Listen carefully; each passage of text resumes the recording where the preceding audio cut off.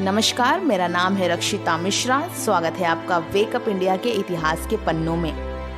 आज 11 मार्च है और 11 मार्च इतिहास के पन्नों में एक खास जगह रखता है, क्योंकि आज के दिन देश और दुनिया में कई ऐसी घटनाएं घटी थी जो आज के दिन को खास बनाती है, जो आपके लिए जानना बेहद ज़रूरी है। तो आइए नज़र डालते हैं आज के इतिहास पर।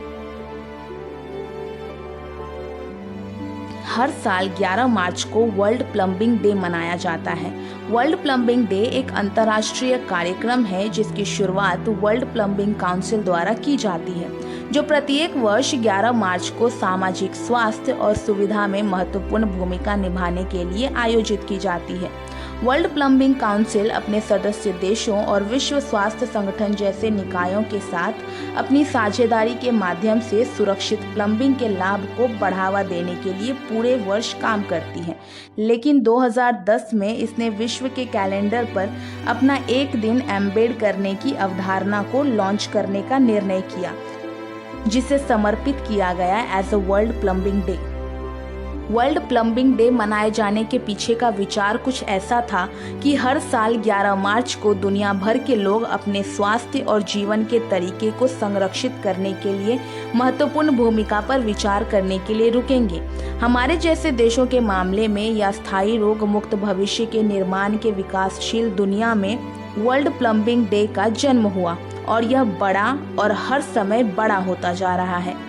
आज ऑस्ट्रेलिया, यूरोप और अफ्रीका महाद्वीप में इस अवसर को चिन्हित करने और अच्छी प्लम्बिंग और स्वच्छता के महत्व पर ध्यान आकर्षित करने के लिए कार्यक्रम आयोजित किए जाते हैं। चीन, इंग्लैंड, जर्मनी, भारत, कनाडा, उत्तर और दक्षिण अमेरिका और कई अन्य जगहों पर उद्योग जगत के नेता वर्ल्ड प्लम्बिंग डे को बढ़ावा दे रहे हैं।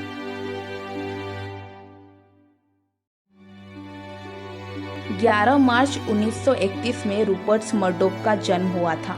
रूपर्ट मर्डोक को दुनिया की सबसे बड़ी और सबसे शक्तिशाली मीडिया कंपनियों में से एक न्यूज़ कॉरपोरेशंस के निर्माता, प्रमुख शेयरधारक, अध्यक्ष और प्रबंध निर्देशक के रूप में जाना जाता है। न्यूज़ कॉर्प के स्वामित्व और संचालन की सीमा में पेज भर सकते हैं, लेकिन कुछ सबसे प्रसिद्ध नाम जिन्हें आप Fox, Sky cable TV, National Geographic, Daily Telegraph, 20th Century Fox को पहचान सकते हैं और सूची आगे और बढ़ती है। उन्होंने अपने देश में सिर्फ एक अखबार के साथ शुरुआत की और दूसरे अखबारों का विस्तार और खरीदी की। इसके बाद उन्होंने न्यूजीलैंड और फिर द टाइम्स से शुरुआत करते हुए यूरोप की ओर रुख किया। अमेरिकी नागरिक बनने के बाद उनकी वृद्धि खतरनाक गति से जारी रही, जिसने उन्हें अमेरिकी समाचार पत्र, पत्रिकाएं और टीवी स्टेशन खरीदने की अनुमति दी और आज वह दुनिया भर में 175 से अधिक समाचार पत्रों, 9 मूवी स्टूडियो और 16 टीवी स्टेशनों के मालिक हैं।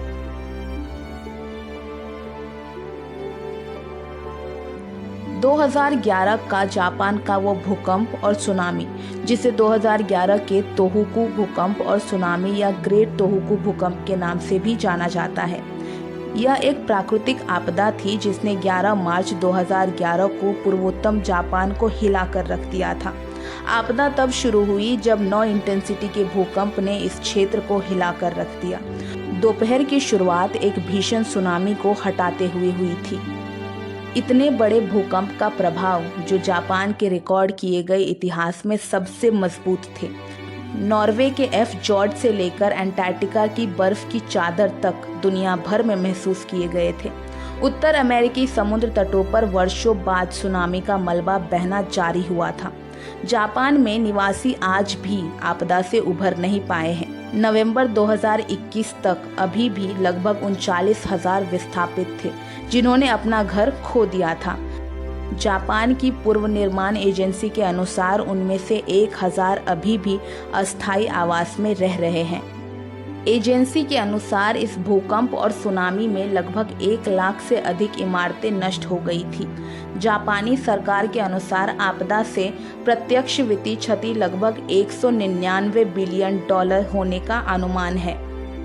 वर्ल्ड बैंक का अनुमान है कि कुल आर्थिक लागत 235 बिलियन डॉलर तक पहुंच सकती है, जिससे यह दुनिया के इतिहास की सबसे महंगी प्राकृतिक आपदा बन जाएगी।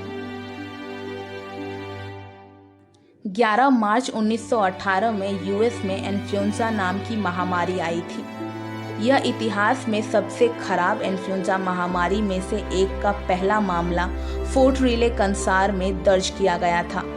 इस महामारी में 1/2 मिलियन से अधिक अमेरिकियों और दुनिया भर में 20 मिलियन से अधिक लोगों की जान चली गई थी। 11 मार्च 1961 में बारबी समक्ष केन शुरू किया गया था। केन सांस्कृतिक प्रतीक और बारबी के गो टू समक्ष का जन्म 11 मार्च 1961 को हुआ था।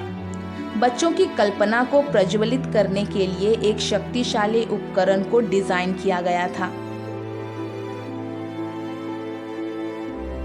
ऐसे और भी इतिहास जानने के लिए वेकअप इंडिया को सब्सक्राइब कीजिए और बेल आइकन को दबाइए ताकि वेकअप इंडिया जब भी कोई वीडियो अपलोड करे उसकी नोटिफिकेशन आपको सबसे पहले मिले। वीडियो देखने के लिए शुक्रिया। जल्द मिलते हैं नए इतिहास के साथ।